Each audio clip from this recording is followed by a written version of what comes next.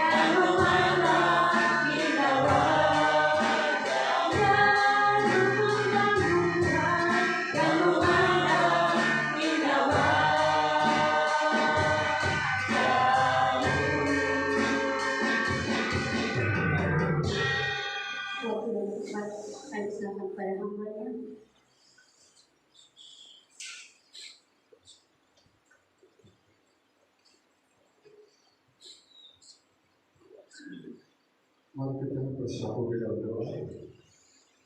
Bapa yang baik, syukur Tuhan kami merasakan hadirat-Mu di tempat ini.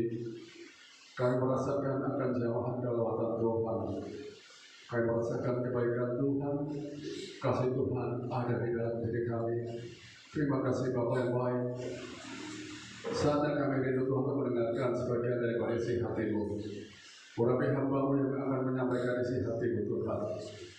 Penuhi, perlengkapi dengan hal yang luar biasa yang datangnya dari Allah. Banyak kelemahan dan kekurangan yang ada dalam diri hamba-Mu ini. Tetapi kami percaya karena kebenaran Allah yang luar biasa, maka Mu akan terus menuntun hamba-Mu ini di dalam menyampaikan isi hati-Mu. Berkati hamba-Mu Tuhan, dan berkati seluruh jemaat yang ada.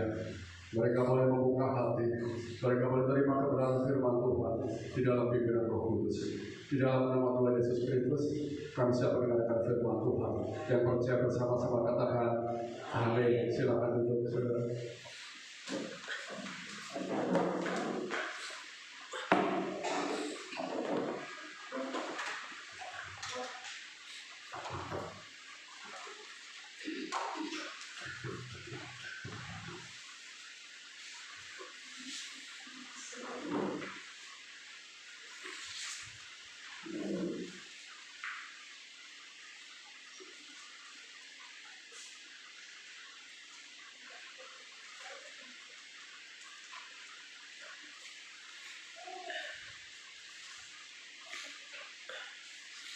Baik, Bapak Ibu, Saudara semua yang dikasihi Tuhan, telah banyak pujian yang kita naikkan kepada Tuhan, dan percaya bahwa setiap pujian ini Tuhan boleh berkata di atas pujian kita menjadi saluran berkat bagi kita semuanya. Saya bersyukur saudara bisa berada di tengah-tengah saudara semuanya, dan tentunya kita semua mengucap syukur kepada Tuhan. Ya, seperti pujian tadi bahwa semuanya karena anugerah Tuhan, semuanya karena kebaikan Tuhan. Sebagai orang percaya, Bapak Saudara semuanya, tentu kita terus rindu untuk memuji, memuliakan Tuhan, mengagungkan Dia dan menyembah Dia. Dan hari ini adalah kebenaran firman Tuhan, saudara. Saya mau ambil judul yang saya ambil dari kitab Markus pasal 1 ya, ayat 5, 9, dan 13, mengenal kehendak Allah. Ya, mengenal kehendak Allah. Nah, demikian saudara, mengenal kehendak Allah. Kita belajar dari kitab ini, Bapak Ibu Saudara semua, ya. Dari kitab ini, boleh lanjut saudara? Dari kitab Markus pasal 1, ayat 5, 9, sampai dengan 13. Di sini kita akan belajar mengenal kehendak Tuhan dari Tuhan Yesus sendiri. Di dalam kitab Markus pasal 1 ayat 9 sampai dengan 13. Saya mau bacakan ayatnya, demikian firman Tuhan. Ayat 5. Lalu datanglah kepadanya, di sini adalah Yohanes Pembaptis, orang-orang dari seluruh daerah Yudea dan semua penduduk Yerusalem. Dan sambil mengaku dosanya, mereka dibaptis di sungai Yordan. Ayat 9. Pada waktu itu datanglah Yesus dari Nazaret di tanah Galilea, dan ia dibaptis di sungai Yordan oleh Yohanes. Pada saat ia keluar dari air, ia melihat langit terkoyak dan roh seperti burung merpati turun ke atasnya. Lalu terdengarlah suara dari sorga, "Engkaulah anakku yang kukasihi, kepadamulah aku berkenan." Ayat 12. Segera sesudah itu roh memimpin dia ke padang gurun. Di padang gurun itu ia tinggal 40 hari lamanya, dicobai oleh iblis. Ia berada di sana di antara binatang-binatang liar, dan malaikat-malaikat melayani dia, melayani Yesus di sini maksudnya. Bapak Ibu Saudara semua di dalam Tuhan, sebelum kita masuk ke dalam topik saudara apa yang saya sampaikan pada hari ini, mari kita melihat dulu tentang Yohanes Pembaptis. Ia lahir pada waktu itu adalah kurang lebih tahun 7 sebelum Masehi, atau 7 tahun sebelum Masehi. Dia dilahirkan dari keluarga yang sudah lanjut usia. Dari Zakaria, orang tuanya Imam Zakaria, dan juga ibunya yaitu Elisabeth. Dia dewasa di padang gurun di gurun Yudea. Di dalam kitab Lukas pasal 1 ayat 80 di sana disebutkan. Dan disitulah ia menerima panggilan. Disitulah dia menerima panggilan Tuhan menjadi seorang nabi pada tahun kurang lebih 27 Masehi. Ya, 27 Masehi. Jadi setelah kurang lebih 34 tahun dia menerima panggilan Tuhan menjadi seorang nabi. Sesudah roh kenabian itu turun atas dia atau menghinggapi dia, dia terkenal sebagai pengkhotbah, ya. Dia dikenal sebagai penyampai firman yang memanggil seluruh umat untuk bertobat, ya, untuk bertobat. Dan berbondong-bondong orang mendengarkan dia. Dan banyak dari antara mereka yang dibaptiskan di sungai Yordan. Nah, setelah mereka memahami dosa-dosa, mereka mengakui dosa, dibaptis. Ya, mari kita lihat pada slide yang kedua, saudara ya. Slide yang kedua. Ya, Bapak Ibu Saudara semua di dalam Tuhan. Nah, Yohanes Pembaptis, kalau kita lihat dalam kitab Lukas pasal 3 ayat 3 sampai dengan 14. Seperti dikatakan di dalam Markus pasal 1 ayat 5 tadi, bahwa saat itu orang-orang di seluruh Yudea, semua penduduk yang ada di Yerusalem datang kepada Yohanes Pembaptis. Ya, datang kepada Yohanes Pembaptis. Dikatakan di dalam next ya. Nah, apa yang dikatakan oleh Yohanes Pembaptis, saudara, kepada mereka yang datang kepada dia? Yohanes Pembaptis berkata kepada mereka supaya mereka mengalami keselamatan adalah bertobatlah. Bertobatlah dan berilah dirimu dibaptis dan Allah akan mengampuni dosamu. Yang kedua, apa yang dikatakan oleh Yohanes Pembaptis? Ya. Yang kedua, di sini saya mau simpulkan, saudara. Dia berkata kepada orang banyak pada waktu itu, barang siapa mempunyai 2 helai baju, hendaklah ia membaginya dengan yang tidak punya, dan barang siapa mempunyai makanan, hendaklah ia berbuat juga demikian. Hendaknya kamu semuanya bermurah hati. Berbagilah, bermurahlah hati kepada sesamamu. Jika ada sesamamu yang berkurang, bagi. Ya. Yang ketiga, saudara, kepada para pemungut cukai, dia katakan apa, saudara? Jangan menagih lebih dari apa yang seharusnya ditentukan sudah bagimu. Sudah ditentukan seperti itu ketika kamu memungut dari mereka, menarik pajak dari mereka, jangan tarik lebih. Jujur saja, kalau bisa 50.000 ya sudah 50.000. Ya. Yang penting sampaikan ini loh 50.000. Kalau mereka mau masih lebih, kamu puji Tuhan. Tapi seandainya enggak, yang penting jangan meminta lebih. Berlaku jujur. Dan kemudian berikutnya yang ketiga, apa dikatakan kepada para prajurit? Apa dikatakan, saudara? Kepada prajurit dia berkata, jangan merampas, jangan memeras. Cukupkan dirimu dengan gajimu. Artinya berpuaslah dengan berkat yang ada di dalam dirimu. Ya, berpuaslah, nggak usah kita kurang atau mengeluh dan lain sebagainya, tetapi bersyukur, ya, bersyukur kepada Tuhan, syukuri berkat yang ada, berpuas dengan apa yang ada, membuat kita damai, membuat kita tenang. Apa yang di situ ada, nikmati, cukupkan dengan gajimu, ya, jangan merampas, jangan memeras, cukupkanlah dirimu dengan gajimu. Kalau di dalam arti lain, jangan menipu, ya. Saudara semua di dalam Tuhan, apa sih artinya baptis, saudara? Ya, apa artinya baptis, Bapak Ibu Saudara semua dalam Tuhan? Baptis secara sederhana adalah itu tanda seseorang memasuki lembaran baru, lembaran hidup yang baru. Nah, itu artinya tanda bahwa seseorang itu telah mengalami atau hidup di dalam atau bersatu dengan Kristus, baik di dalam kehidupan, dalam kematian maupun kebangkitannya. Tanda atau lambang bahwa seseorang telah mengalami pembersihan dosa dan juga tanda seseorang telah menjadi umat Allah selamanya. Ya. Bersatu dengan Yesus Kristus dalam kehidupan, kematian dan kebangkitannya. Roma 6 ayat 3 sampai dengan 8. Tanda atau upacara pembersihan dari dosa-dosa. Markus pasal 1 ayat 4.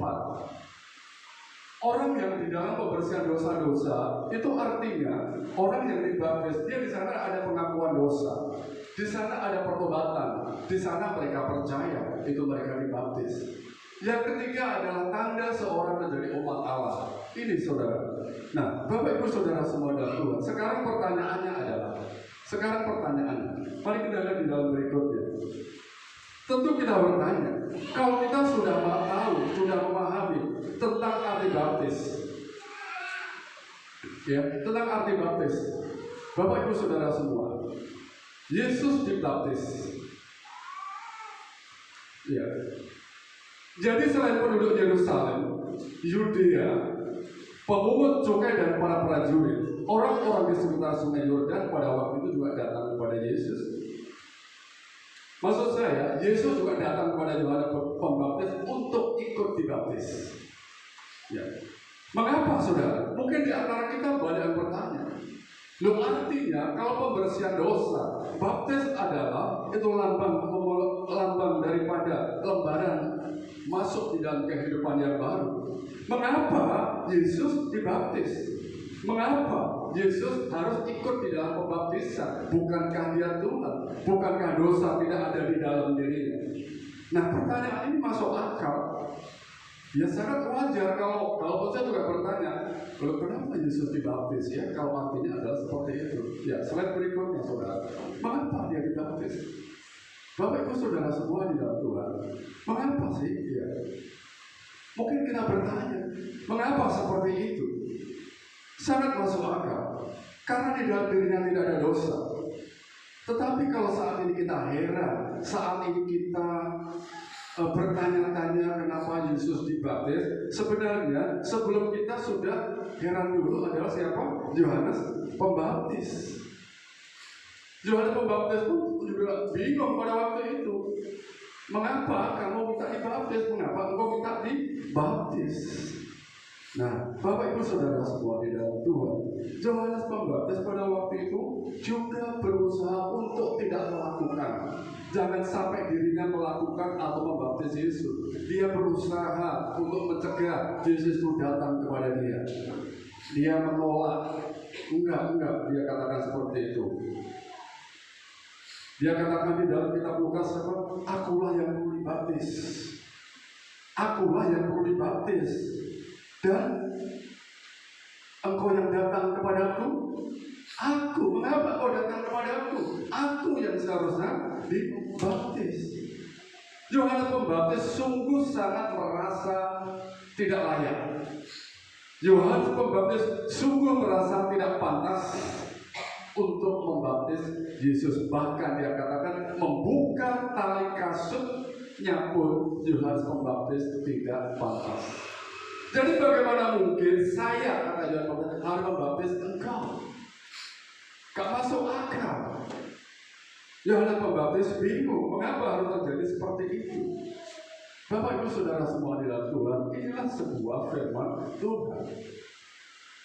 Nah, melihat hal itu, apa yang dikatakan oleh Yesus, saudara? Melihat Yohanes Pembaptis seperti itu, kemudian Yesus berkata, biarlah hal itu terjadi. Karena Yesus kepada Yohanes, biarlah hal itu terjadi.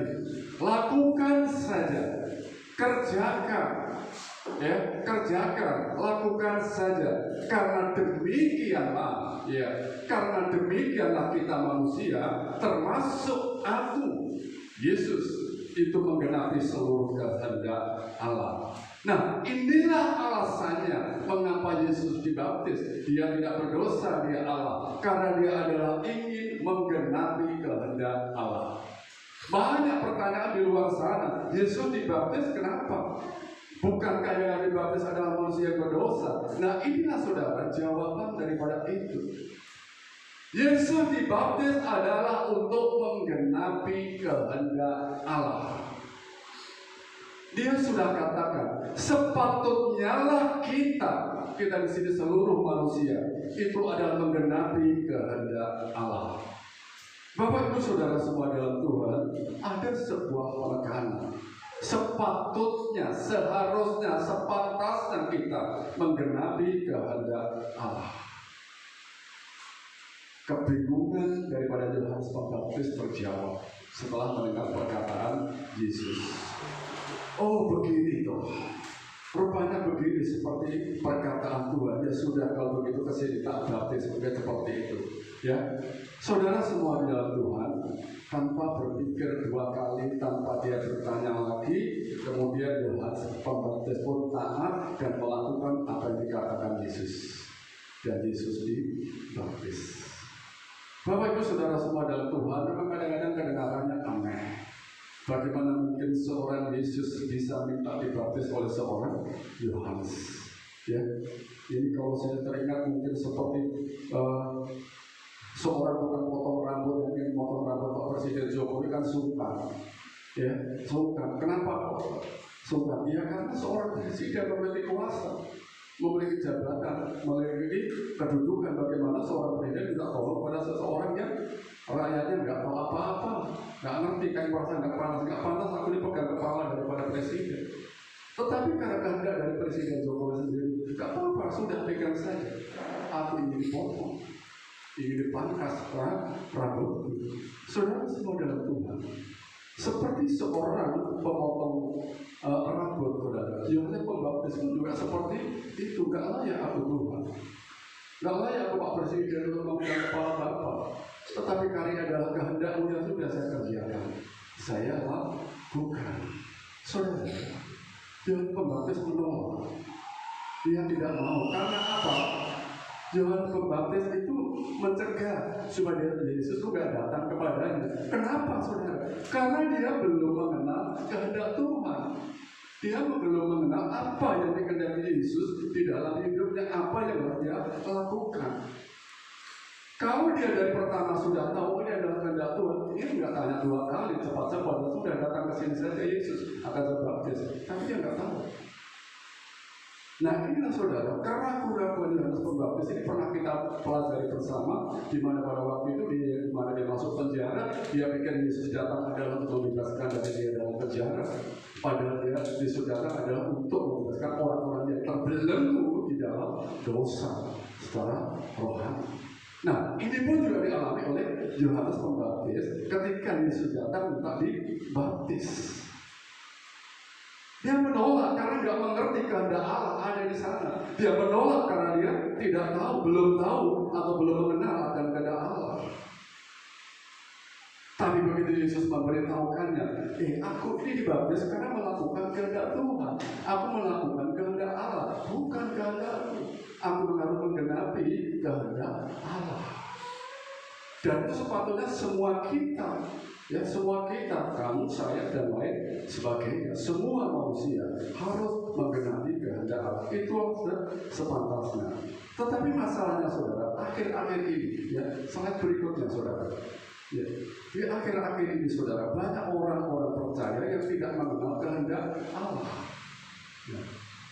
Banyak orang yang tidak mengenal kehendak Allah. Mereka yang mengenal hanya 10% saja. Ya. Hanya 10% saja. Dari orang 100 hanya 10 orang saja yang mengenal kehendak Allah. Artinya yang 90% orang itu tidak mengenal kehendak Allah. Ya, mengenal di sini dalam arti luas ya. Mereka juga melakukan, mereka juga betul-betul paham kemudian menjalankan. Hanya 10%, hanya satu orang di antara 10 orang. Betapa besarnya. Memang penelitian ini saudara tidak terjadi pada diri kita. Ada di tengah-tengah kita, enggak terjadi. Ya. Tidak terjadi di antara kita. Oh, aku enggak ikut ini di dalam penelitian ini. Enggak ikut. Tetapi pada umumnya saudara yang dilakukan ini adalah terjadi. Dan saya pikir mereka melakukan ini juga bukan sesuatu yang main-main. Ini bukan untuk menghakimi seseorang, menjudge seseorang adalah ini. Tetapi survei seperti survei seorang presiden, survei cawapres yang saat ini lagi rame-rame ini. Nah, apakah kita disurvei? Tidak. Apakah kita percaya? Iya, mereka melakukan. Nah, inilah yang terjadi. Saudara semua dalam Tuhan. Inilah tidak dilakukan kepada kita, tetapi dengan keadaan seperti ini paling tidak itu menjadi dasar bagi kita untuk mengevaluasi kerohanian kita. Wah, kalau seperti ini kan bahaya. Ini paling tidak menjadi sebuah bahan evaluasi, ya, menjadi sebuah bahan koreksi kerohanian kita, diri kita sendiri selama ini. Bagaimana mungkin di antara 10 orang hanya 1 orang saja? Tetapi saya percaya bahwa kita semuanya adalah termasuk dalam 10% ini. Amin. Bapak Ibu Saudara semua dalam Tuhan. Oleh sebab itu, kalau kita tidak bisa mengevaluasi diri kita, kerohanian kita sendiri, seperti firman Tuhan minggu lalu yang mengatakan, jangan mengamati orang lain saja, jangan jadi pengamat saja seperti orang-orang Farisi dan orang-orang Saduki. Ya, sekali-sekali amati diri sendiri. Ya, evaluasi diri sendiri. Firman Tuhan minggu yang lalu yang mengatakan mereka telah mengawasi Yesus. Dia melihat jangan-jangan ada sesuatu yang disalah, jangan-jangan ada sesuatu yang diperbuat Yesus yang disalah. Nah, dia mencari kesalahan Yesus. Nah, ini saudara, hari ini saudara, inilah yang terjadi. Fakta 10% saja, ya 10% saja. Bagaimana orang mau melakukan kehendak Allah? Bagaimana orang mau menjalankan itu kehendak Allah, kehendak Tuhan, kalau mereka tidak mengenal kehendak Allah tersebut? Bagaimana saya melakukan kehendak Allah kalau aku tidak mengenali? Saudara semua di dalam Tuhan, ya. Ini sebuah kejadian, ya. Hal yang terjadi di dalam kehidupan akhir-akhir ini. Bagaimana orang naik motor kalau dia tidak pernah tahu yang namanya motor? Ya, oh nanti kamu sana naik motor aja ya, nggak tahu dia, ya, tidak tahu bagaimana dia bisa, nggak bisa. Nah, oleh sebab itu saudara semua di dalam Tuhan, jangan sampai kita termasuk di dalam yang 90% ini orang-orang yang tidak mengenal kehendak Allah. Ada sebuah penegasan di dalam slide yang ke-6, Efesus pasal 5 ayat 17. Ya, Efesus pasal 5 ayat 17. Bapak Ibu Saudara semua di dalam Tuhan. Sebab itu janganlah kamu bodoh. Ya. Sebab itu janganlah kamu bodoh, tetapi usahakanlah supaya kamu mengerti kehendak Tuhan. Ya. Jangan bodoh. Apalagi pura-pura bodoh. Janganlah kamu bodoh, tetapi usahakanlah supaya kamu mengerti kehendak Tuhan. Usahakanlah supaya kamu mengenal kehendak Allah. Banyak orang yang nggak ngerti gimana sih mengerti kehendak Allah itu dan lain sebagainya. Ada orang ditanya, dari mana engkau tahu itu kehendak Allah atau bukan? Dari mana sih Bapak tahu bahwa itu adalah kehendak Allah atau bukan? Dari mana sih ibu tahu itu kehendak Allah atau bukan? Ada yang menjawab, oh itu karena aku memiliki, aku diberikan sebuah tanda, aku diberikan sebuah lambang dari Tuhan, aku diberikan tanda-tanda yang aku lihat, yang aku perhatikan dari Tuhan. Kadang-kadang kayaknya ini benar, saudara. Oh, ya itu tanda dari Tuhan. Apakah dari tanda-tanda, atau dari kejadian, atau dari suara Tuhan? Nah, saudara semua, kayaknya ini benar. Nah, saudara semua, kalau ini benar, pertanyaannya adalah, dari mana ia tahu kalau itu tanda dari Allah? Dari mana kalau itu adalah tanda dari Tuhan? Dari mana ia tahu kalau itu adalah memang lambang yang diberikan oleh Tuhan, atau kalau itu bukan dari Allah? Bagaimana orang bisa tahu ada sebuah daun yang bergoyang pada malam hari yang gelap? Apakah itu karena hembusan angin atau karena yang digoyang-goyang oleh manusia? Dari mana dia tahu? Bapak Ibu Saudara semua dalam Tuhan, ada lagi orang yang berkata, saya ditanya, bagaimana kamu melakukan kehendak Tuhan? Kadang-kadang Jangan dari jari kita, lakukan tidak, lakukan tidak, lakukan tidak, lakukan. Oh, stopnya sampai sini, karena tidak seperti balik lagi. Tidak lakukan, tidak lakukan, tidak. Nah, saudara semua, kadang-kadang mereka seperti itu. Atau dari kancing baju, lakukan tidak, lakukan tidak, lakukan tidak. Ya kan? Dihitung, genap apa ganjil ya? Kalau genap jangan lakukan, kalau ganjil lakukan misalnya seperti itu. Nah, ini saudara semua dalam Tuhan. Hal-hal yang kadang-kadang terjadi, kadang dengan warna atau dengan mobil ini kalau lewat saya lakukan ini, kalau nggak ada yang lewat saya nggak lakukan. Ya, ada seorang anak kecil, nanti kamu kalau menyeberang jalan sana hati-hati, ibunya berpesan, jangan menyeberang mobil sebelum jangan menyeberang jalan sebelum mobil lewat. Dari pagi sampai sore nggak ada mobil lewat, ya nggak lewat. Nah, nggak lewat. Karena seperti itu, belum ada mobil lewat. Kenapa kamu nggak menyeberang? Belum ada mobil lewat itu. Nah, saudara semua dalam Tuhan, ini yang sering terjadi. Apakah karena tanda-tanda dari kejadian-kejadian, dari peristiwa-peristiwa? Saudara semua dalam Tuhan, atau dari suara-suara, ya, atau dari suara-suara. Ada seorang pendeta, seorang gembala, saudara. Dia tidak berani minta tolong pada jemaat, karena jemaat ini ketika dia minta tolong, selalu dia menolak. Tidak Pak Pendeta, tidak Pak Gembala. Kenapa? Karena saya mendengar Tuhan itu bicara dengan saya nggak boleh menolong Bapak. Ya. Saya mendengar bisikan suara Tuhan, saya nggak boleh melakukan. Ya. Saya mendengar sesuatu yang dari Tuhan. Nah, pertanyaannya, siapa yang tahu kalau pada waktu itu dia bicara dengan Tuhan, atau Tuhan sedang bicara dengan dia? Karena Bapak Gembala pada waktu itu juga ngomong, dia juga nggak melihat ada Tuhan bicara dengan dia. Yang jelas dia pun juga minta tolong, adalah spontanitas, tolong bantu, seperti itu. Tapi ini dia tidak mau. Kenapa? Karena ada suara Tuhan, kata dia, kata jemaat tersebut. Kalau udah kayak gini kan angel katanya sahabat. Wes angel kalau udah kayak gini, susah sih ya saudara. Karena dikit-dikit suara Tuhan, dikit-dikit bisikan Tuhan. Kalau saya bilang sama istri saya, "Ma, tolong bikin ikan nasi goreng ya." Tunggu dulu Pak, nggak ada suara Tuhan. Nggak jadi Pak, nasi goreng ini nggak jadi. Tuhan belum membisikin saya ini. Haleluya, saudara. Nggak ada, ya. Kalau itu saudara semua dalam Tuhan, atau istri saya minta tolong pada saya, "Pak, tolong antar saya ke B3 ya, ke B3."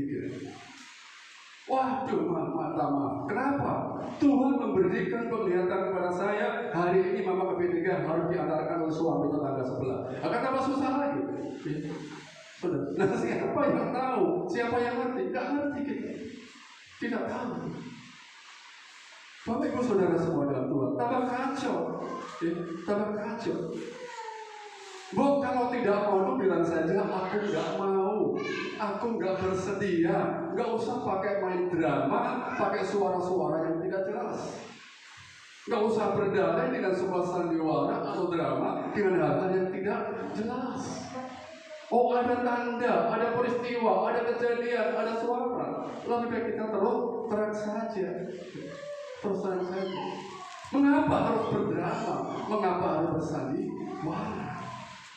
Tuhan tahu, Tuhan mengerti, saudara. Ini penyakit, saudara, penyakit rohani yang sangat serius. Ini penyakit Petrus, ini saya bilang, ini penyakit Petrus, selalu minta tanda. Ini penyakit minta tanda. Nah, jadi yang benar bagaimana? Seperti yang dikatakan oleh Tuhan kepada Yohanes Pembaptis, Markus 3 ayat 15 tadi. Untuk mengenal kehendak Allah, dengarkan suara firman Tuhan. Ya kan? Dengarkan pemberitaan firman Tuhan. Baca firman Tuhan. Dengarkanlah perkataan Tuhan. Seperti Yohanes Pembaptis pada waktu ia mendengarkan perkataan Yesus. Yakin benar, makanya itu Yohanes Pembaptis tanpa bertanya dua kali. Yohanes ini adalah penggenapan kehendak Tuhan. Kerjakan saja. Oh, dengan suka hati kerjakan. Karena apa? Itu memang suara Tuhan. Ya. Langsung dia bicara 4 mata. Loh, kapan kita bicara dengan 4 mata kepada Tuhan? Baca firman Tuhan, dengarkan firman Tuhan pada saat disampaikan. Saudara semua adalah Tuhan. Untuk mendengar kehendak Allah, hanya firman Tuhan. Ajaib saudara, firman Tuhan itu. Heran firman Tuhan itu. Mengherankan. Ya. Bapak Ibu Saudara semua adalah Tuhan. Inilah ya. Tetapi kalau kita akrab, kita familiar dengan yang namanya firman Tuhan dan prinsip-prinsip rohani, maka suatu kejadian peristiwa tidak lagi itu menjadi tanda atau kehendak Allah atau bukan. Kalau kita sudah familiar, sangat akrab dengan firman Tuhan. Kalau orang harus peka dengan satu kejadian, iya benar. Kalau orang harus peka dengan setiap peristiwa, benar kita harus peka. Tapi untuk mengerti kehendak Tuhan yang sebenar-benarnya adalah dengarkan perkataan Yesus. Bapak Ibu Saudara semua dalam Tuhan, firman Tuhan atau kehendak Allah itu heran dan ajaib. Gak masuk akal. Gak masuk akal. Lo harus membuat kapal di atas gunung pada musim kemarau. Gak masuk akal. Tidak masuk akal seorang murid harus menebarkan jalannya seperti yang dikehendaki oleh Tuhan, sedangkan dia sendiri ahli di dalam mencari ikan. Tetapi karena perkataan Tuhan dia lakukan. Gak masuk akal, tapi itulah kehendak Allah. Saudara, di dalam slide berikutnya, saudara, ya. Mengapa sih, saudara? Ya, mengapa? Itulah yang terjadi. Mengapa? Markus pasal 1 ayat 9 sampai dengan 13. Kalau tadi mengapa Yesus dibaptis, kita sudah tahu bahwa ada karya menggenapi kehendak Allah. Ada pertanyaan-pertanyaan yang aneh, saudara. Dan banyak kita kadang-kadang tidak bisa menjawab. Contohnya lagi, Yesus itu waktu sebelum kejadian ada enggak sih? Sebelum perjanjian baru, sebelum dia lahir, ada enggak sih? Pertanyaan-pertanyaan seperti itu. Nah, sekarang saudara, mengapa saudara? Ya, di dalam berikutnya, mengapa Yesus ada di padang gurun? Mengapa dia ada bersama? Sesudah Yesus dibaptis oleh Yohanes Pembaptis, ya. Sesudah Yesus dibaptis oleh Yohanes Pembaptis, Roh memimpin dia ke padang gurun dan Yesus tinggal di sana selama 40 hari. 40 hari.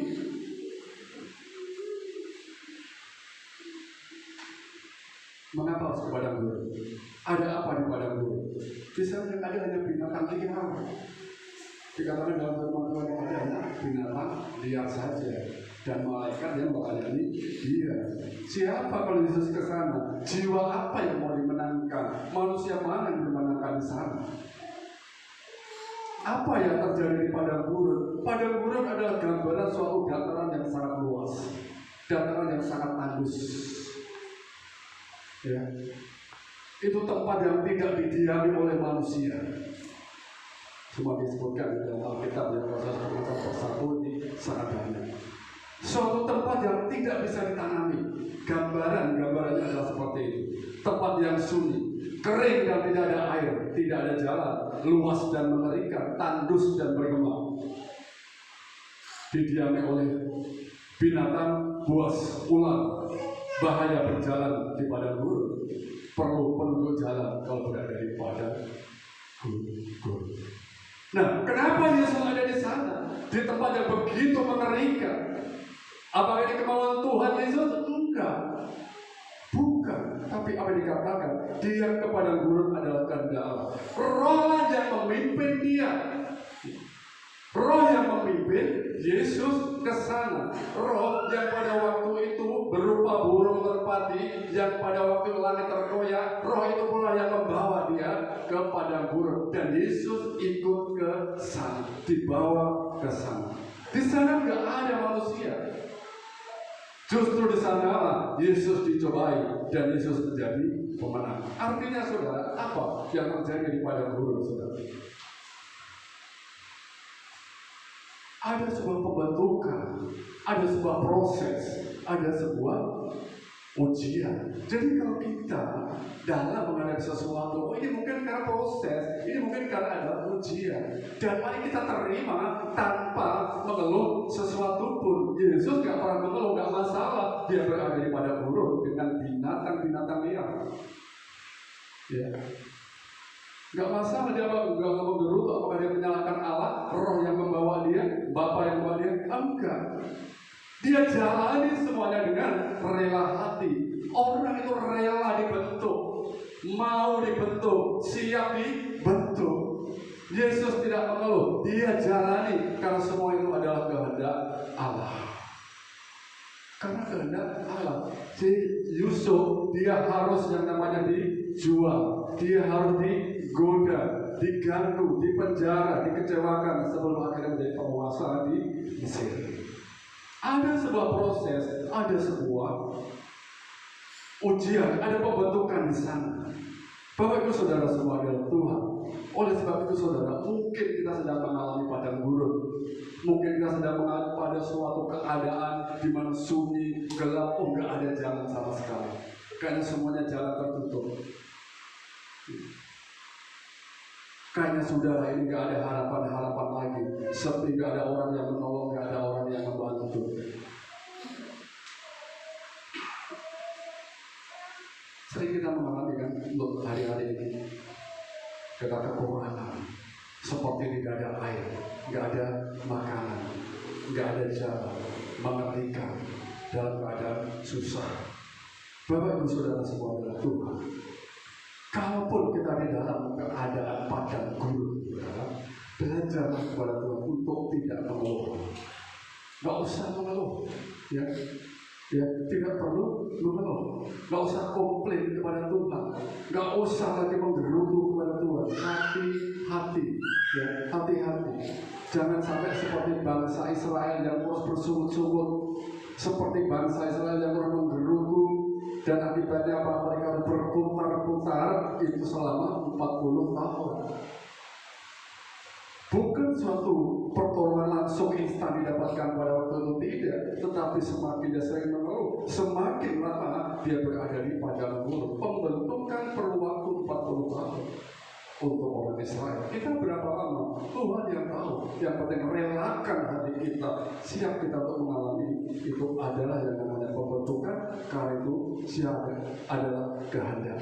Hati-hati saudara. Hati-hati dengan keadaan di padang gurun ini. Bilangan 14 saudara, 34 sampai 35. Bagaimana keadaan bangsa Israel pada waktu itu? Yang kedua, tetaplah bersuka-cita. Gak usah khawatir, ya. Gak usah khawatir. Tetap berdoa dan mengucap syukur. Ya, Filipi 4 Filipi 4 ayat 4 sampai dengan 6. Dan tentunya juga tetap melekat kepada Tuhan. Kenapa? Tuhan akan menyertai kita. Tuhan akan menolong kita saat kita dalam kesesatan. Mazmur 91 ayat 14 sampai dengan 16. Nah, Bapak Ibu Saudara semua di dalam Tuhan, percaya, ya, percaya bahwa Tuhan menyertai kita. Ini membuat ada suatu kekuatan, ya. Ini kekuatan supranatural yang benar-benar ada di dalam diri kita dan terjadi. Karena apa? Percaya bahwa Tuhan tidak pernah meninggalkan, meskipun berada di padang gurun. Ya tidak mungkin kan Allah membawa ke padang gurun kalau tidak disertai. Dulu pernah saya ilustrasikan, tidak mungkin kalau saya disuruh ke pangkalan gurun kalau orang yang menyuruh saya itu tidak memperhatikan saya. Ini juga demikian Bapak Ibu Saudara, percaya bahwa kita berada di tangan yang tepat meskipun pada situasi yang mungkin menurut kita tidak tepat. Tuhan ini nggak benar. Aku berada di padang gurun. Tidak saudara. Bagaimanapun kita yakin dan percaya kita berada pada tempat yang tepat pada waktu yang tepat. Wah ini luar biasa kalau kita yakin seperti ini. Nah inilah yang menyemangati. Kenapa sih aku harus menyala-nyala, berkobar-kobar dalam aku mengiring Tuhan? Karena Tuhan tidak pernah meninggalkan kita. Kita melekat kepada Dia. Nah, Bapak Ibu Saudara semua, ya, jangan menggerutu, bersukacita, tetap melekat kepada Tuhan. Kita berada di padang gurun karena kehendaknya, menggenapi kehendaknya. Mungkin kalau kita nggak ngerti kehendak, kita akan menolak, nggak terima Tuhan. Aku nggak mau berada di padang gurun. Kenapa? Karena memang kadang-kadang kita nggak ngerti. Kita menggerutu karena kita nggak mengerti itu adalah kehendak Allah. Kita nggak mengenal kehendak Allah. Makanya jadi katakan, jangan kamu bodoh, ya, tetapi usahakanlah kamu mengenal kehendak Allah. Nah, kemudian saudara, ini selanjutnya yang ke-8. Kata Yesus apa? Makananku ialah melakukan kehendak Dia yang mengutus aku. Ya. Makananku, makan itu kan sehari-hari.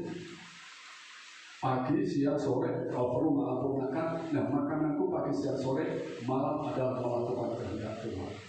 Nah, kalau kita kembali ke dalam Markus tadi, saudara, sepatutnya kita melakukan kehendak Allah. Dan itu sehari-hari, bukan kadang-kadang, bukan pada saat ingat atau tunggu tanda. Tidak. Tetapi aku melakukannya adalah sehari-hari. Ya, bukan seminggu sekali atau sebulan sekali. Sehari-hari kehendak Allah bahwa melakukan kehendak Dia itu adalah makanan Tuhan. Jadi sesungguhnya dan sebenar-benarnya manusia harus melakukan segala sesuatu yang diinginkan oleh Allah tanpa mempertanyakan.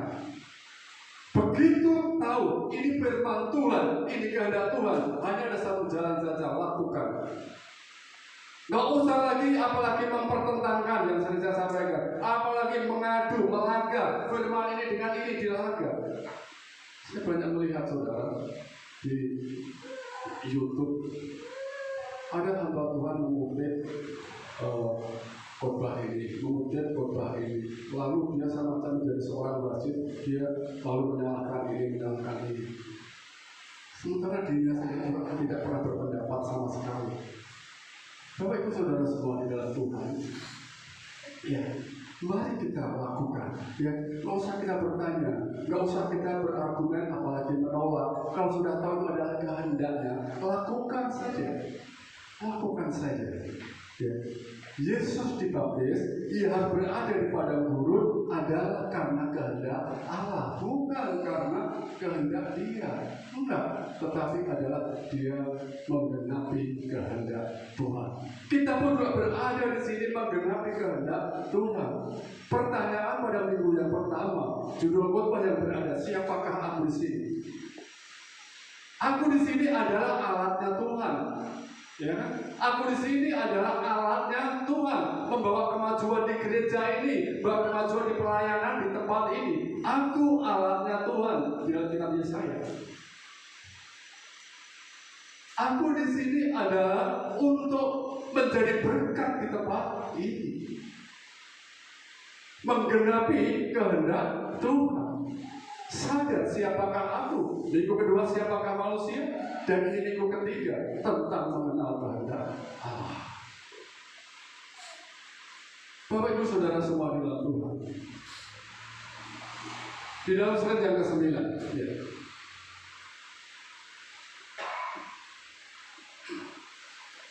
Apa yang dikatakan saudara? Firman Tuhan berkata seperti ini. Bukan setiap orang yang berseru kepadaku, Tuhan, Tuhan, akan masuk ke dalam kerajaan surga, melainkan dia yang melakukan kehendak Bapa-Ku yang di surga. Gak cukup hanya bisa ngomong, aku sudah bisa kok panggil Yesus, aku sudah bisa kok menyebut yang namanya Yesus, dia Tuhan, dia Juru Selamat. Tetapi pertanyaannya adalah melakukan atau tidak apa yang dikatakan oleh Yesus. Percaya atau tidak. Saudara semua dan Tuhan, menjadi orang percaya tidak cukup hanya karena sudah bisa berseru Tuhan, Tuhan, Yesus, Yesus, ini aku. Tidak cukup, tetapi juga harus melakukan kehendak Allah. Ya, harus melakukan. Banyak orang yang Kristen hanya menjadi aksesoris saja KTP, mohon maaf. Ya. Tetapi saya menyampaikan seperti ini, saudara, bukan saya menghina, bukan saya menjustice seseorang ketiga, tetapi ini adalah sebuah evaluasi untuk diri saya sendiri juga, untuk kita semuanya. Seperti tadi yang sebuah penelitian, hanya 10% saja orang yang mengenal kehendak Allah. Ini memprihatinkan, ya, penyakit rohani yang sangat serius. Bapak Ibu Saudara semua dan Tuhan, menjadi orang percaya tidak cukup hanya karena bisa bersentuhan Tuhan, melainkan adalah Dia, ya, melainkan Dia yang melakukan juga melakukan kehendak Bapa yang di surga. Tidak semua orang yang memanggil Yesus Tuhan akan menjadi umat Allah. Ya. Tidak semua orang yang memanggil Yesus Tuhan akan menjadi umat Allah, tetapi hanyalah orang-orang yang melakukan kehendak Allah. Ini satu paket. Satu paket. Panggil Tuhan, dengarkan suaranya, lakukan, percaya dan lakukan. Dan mengaku umat Allah. Kenapa kamu mengaku umat Allah? Aku kan sudah bisa panggil Yesus. Aku sudah bisa panggil Tuhan, Tuhan. Tetapi masalahnya adalah kamu melakukan atau tidak. Ya. Bapak Ibu Saudara semua dalam Tuhan, inilah tentang mengenal kehendak Allah. Slide yang ke-10, ya. Slide yang ke-10, saudara. Saudara semua dalam Tuhan, mengenal kehendak Allah adalah mengenal kehendak Allah melalui Yesus adalah satu. Mengenal kehendak Allah melalui Yesus adalah satu. Dia mau mendengarkan perkataan Tuhan. Ya. Dia mau mendengarkan firman Tuhan. Dia bahkan dia mempercayai. Ya, dengarkan dan percaya. Yohanes Pembaptis membaptis Yesus adalah karena dia mendengarkan perkataan Yesus. Kalau dia nggak mendengar perkataan Tuhan, dia nggak akan lakukan. Ya. Mengenal kehendak Allah adalah melalui yaitu mendengarkan perkataan Tuhan. Dengarkan firman Tuhan. Ya, dengarkan firman Tuhan. Kehendak Allah itu berarti juga yang kedua, mereka adalah mau berada di padang gurun. Inilah umat-umat Allah. Inilah umat-umat Tuhan. Mereka mau dibentuk, mereka mau mengalami proses, mereka mau mengalami ujian, mereka siap dibentuk. Yesus berada di padang gurun adalah karena kehendak Allah, bukan karena kemauan dia. Siapa yang mau ke padang gurun, tempat yang sunyi, tempat yang tidak ada manusia di sana? Tidak ada. Tetapi itu harus terjadi dalam keadaan kita jika mengalami seperti itu. Karena apa? Itu adalah kehendak Tuhan. Bapak Ibu Saudara semua di dalam Tuhan, mengenal kehendak Allah, saudara, ya. Mengenal kehendak Allah artinya bahwa kita mengerti perkataan Tuhan. Slide yang terakhir, ya. Cara mengenal kehendak Allah adalah dengan mendengarkan perkataan Allah. Ini saja. Ya, cara mendengar Allah adalah dengan mendengarkan perkataan Allah. Gak usahlah perkataan manusia, gak usah perkataan orang-orang top dan lain sebagainya. Ya, kalau kita mau melihat kesaksian mereka oke-oke saja, nggak masalah. Tetapi kalau ini sehubungan dengan kehendak Allah adalah dengarkan saja perkataan Allah, dengarkan saja firman Allah, baca firman Tuhan. Gereja Betel Indonesia mengakui Alkitab Perjanjian Lama dan Perjanjian Baru adalah firman Allah yang diilhamkan oleh Roh Kudus. Itu saja baca, itu saja lakukan. Perkataan orang apapun yang tidak sesuai itu abaikan. Biarpun itu termasuk oleh gembala atau pendeta atau siapapun. Kalau nggak sesuai abaikan saja. Nggak masalah. Nggak usahlah, apalagi akhir-akhir ini saudara, banyak orang mengambil atau mengutip dari sumber-sumber yang tidak jelas. Dari TikTok kah, dari YouTube kah, atau dari apapun dan lain sebagainya. Ya, nggak jelas. Harus firman Tuhan saja, perkataan Allah saja. Dengarkan kesaksian mereka, nggak masalah. Lihat kesaksian mereka, oke-oke saja. Saya juga suka saudara, karena kesaksian itu membuat saya bisa dikuatkan dengan kesaksian orang-orang yang seperti itu. Bapak Ibu Saudara semua di dalam Tuhan, tanda-tanda, peristiwa-peristiwa, suara-suara, TikTok, YouTube, dan lain sebagainya. Bukan sesuatu yang harus kita percaya, tetapi adalah hanya perkataan Allah saja. Saya lebih senang segala sesuatu, saya lebih senang patokan adalah ini. Sudah, kalau ini patokannya kehendak Allah, tidak ada masalah. Inilah sebuah kebenaran.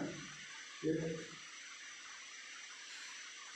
Minggu kemarin tentang siapakah manusia, bahwa manusia adalah konsistensi di dalam kebenaran. Apapun yang terjadi, tetap harus konsisten di dalam kebenaran. Kebenaran apa? Kebenaran firman Tuhan. Kebenaran firman Tuhan. Nah, Bapak Ibu Saudara semua di dalam Tuhan, inilah yang mesti kita pahami, yang kita mengerti. Jangan sampai kita berada di antara yang 90%, ya, tetapi kita adalah berada di 10%, dan kita di sini adalah orang-orang yang memiliki kehendak Allah. Dan sedang pemain musiknya untuk maju ke depan, Bapak Ibu Saudara semua dalam Tuhan. Mari kita renungkan firman Tuhan. Ya, mari kita renungkan firman Tuhan.